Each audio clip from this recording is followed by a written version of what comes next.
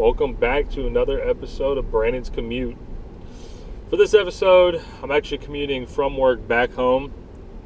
I'm going to go ahead and head to Plato's Closet before I get home, though, because to keep it simple, I have too much stuff. So, trying to kind of get rid of some of the stuff in my apartment that I own. Obviously, I'm not giving all that to Plato's Closet, but clothes that I have a lot of stuff that I hold on to because I'm a pretty sentimental guy, and I've decided recently to just get rid of a bunch of it. So I was gonna just donate it originally, but even if I can get 5, 10, 15 bucks out of it, I think that's worth it. And then hopefully it helps people out. I have some collared shirts that are in there that I had for a while because my mom would buy me these shirts whenever I got like a temporary job or whatever to look professional. And over the years, though, that I have been an adult now and actually like working, I've bought my own clothes that I like. I have my own slacks and a few select collared shirts and button-up shirts that I actually like wearing. And so if it brings somebody joy or helps them out, somebody who's just starting in a job and can't really afford to dress themselves and put food on the table, why not? It helps me. Maybe I'm being a little greedy by selling it instead of just donating it, but it helps me out, and it hopefully helps out whoever ends up picking up those clothes. They're nice clothes. It's just not stuff I want to wear, to be honest with you, to be completely frank. But today was a good day at work.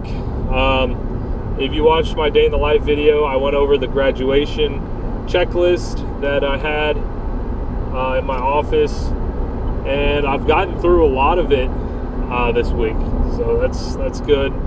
We're basically we're set and ready to go pretty much for graduation. Got a couple more items on the list that I want to take care of. I don't like doing things halfway, and so one of them is we have an entire section covered, our section of seats covered by this tarp we got that's actually made specifically for that, and it didn't fit very well, so I'm gonna have to go in there tomorrow and figure out how to get that ready. I don't want to just set it on there and kind of be like, okay, it's good, that's good enough. So but anyway, my topic I wanted to talk about, there was a video I watched where a dude took you on a day in the life. He's a mortician or whatever it's called, funeral director type beat, and he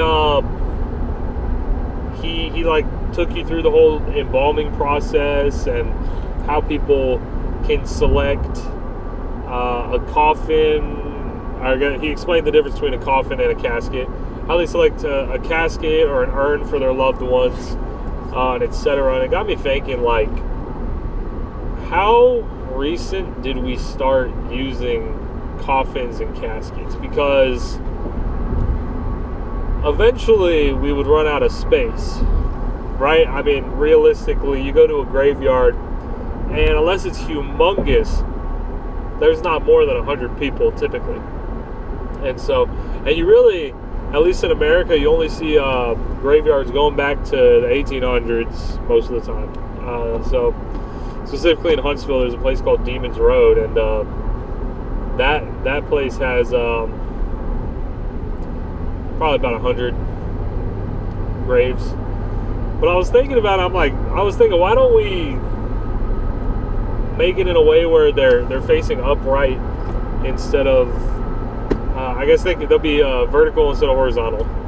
Because if you have a dude who's 6 feet tall, let's say, him laying down takes up so much more space than if he was just standing in it. You could probably get 3 in that space, in that one grave site, rather than having instead of taking up 18 feet with 3 people, you take up 6 feet, 7 feet. And I was just thinking about this, and I'm wondering, like, how hard would it be to, like, make that the industry standard, I mean, you can do everything else the same. The pallbearers can carry the casket in the exact same way, but what does it take to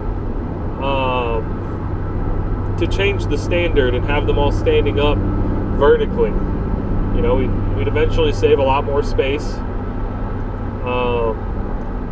I don't know. I mean, eventually it might not even be an option to get buried because they might just say, hey, there's no room, you're getting cremated. So, I don't know, but that was kind of my thoughts. I mean, man, at that point, you could just have land. You could have like a little lot and be like, hey, I'm opening a grave site, a graveyard here. You know, you can put a couple of them in your backyard. Like, I mean, there's some business opportunities here. There's some business opportunities. And one field, you know, my parents' backyard probably couldn't do it. Well, maybe they could. I don't know. Let's say you have a small backyard. If you have them standing there vertically, you could get a lot more bodies in there. That sounds weird. I don't know if you have to pay to like use the property or whatever, but when you're getting your loved ones buried, but it's like, man, I could get a small backyard or a small piece of land, and I could. Ideally, you'd make money off of that. I mean, I assume so. I don't think you just bury people for free. So, but I don't know. Y'all tell me what you think. Do you think it's a good idea? You think it's weird? I just think it's different. You know, it's different. I think it'd be interesting. I think it'd be a fun movie. You know, a hypothetical like about some guy trying to change the world, and his big thing he's trying to do to help change the world is, I don't know, upgrade the graveyard land to body ratio, I guess. Land to body ratio. So, anyways, you tell me. Adios.